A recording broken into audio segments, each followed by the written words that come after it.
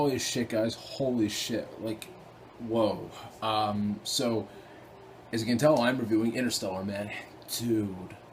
Just, dude. That's how I gotta start this video with, man. So, Interstellar is the new movie that's directed by Christopher Nolan. We all know Christopher Nolan is. He made Dark Knight trilogy, as you can see right there.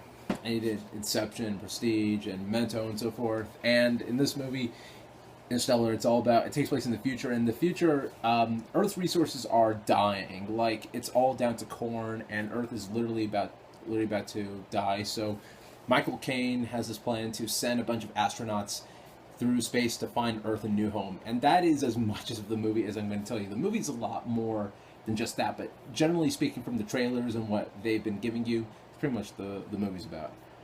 And I was hyped as hell for Interstellar, man. Christopher Nolan was one of my favorite directors of all time. Matthew McConaughey is quickly turning into one of my favorite actors of all time. This movie had a lot going for it, and I gotta say, Interstellar delivered, man. It was such... This just blew me away. Like, every single part of this movie just blew me away. First of all, the performances are incredible. I didn't see one bad performance in this movie. Matthew McConaughey was great, Anne Hathaway was great, Jessica Chastain was great, Michael Caine was great, Wes Bentley was great. Even Topher Grace was in this movie. And for once, Topher Grace didn't annoy me. I was like, hey, Topher Grace is actually good in the movie. And, like, there's this cameo role. Well, I won't really say it's a cameo role because people who've been following the movie ever since like a year and a half ago will know who I'm talking about. For those of you who don't know, there's this cameo role, and the actor they got in this movie, this character, I was like, hey, he was really good in the movie too. I mean, this actor is a great actor nonetheless, and it doesn't surprise me how great this actor is. That's all I will say. And he did a pretty good job in this movie.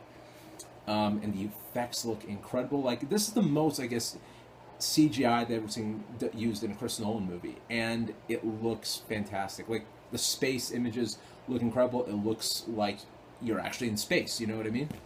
And the music's great too. It's Hans Zimmer, and I gotta say though, you don't hear much of the music in the movie, but when you do, it's pretty good. You know what I mean? And just like the whole sort of like the themes of this movie and what this movie sort of like is about, and what like its questions were really great, and pretty much a total mindfuck when you think about it. But this movie is just like, this movie you need to see in IMAX. First of all, I saw in IMAX.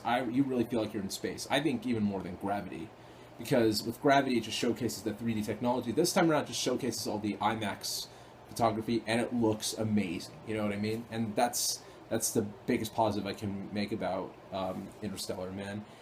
Just that, and just the rest of the movie just blew me away from scene to scene. And the movie's 3 hours long. Didn't feel like 3 hours long to me, anyways. You know what I mean? Because I was so glued to it. Interstellar is a great movie. I suggest to check it out. It's one of those movies you really got to pay attention to in order to really understand what's going on. But overall, man, I love this movie so much. I will see it again and again and again and again until the theater kicks me out of it. Unless Dumb and Dumber 2 or Mockingjay comes out. Yeah, that's my 2 cents on Interstellar. So tell me what you think down below. What do you rank in terms of Nolan movies? I would say I thought Interstellar was better than Memento and Inception and The Prestige, but not as good as the Dark Knight trilogy, but that's just me.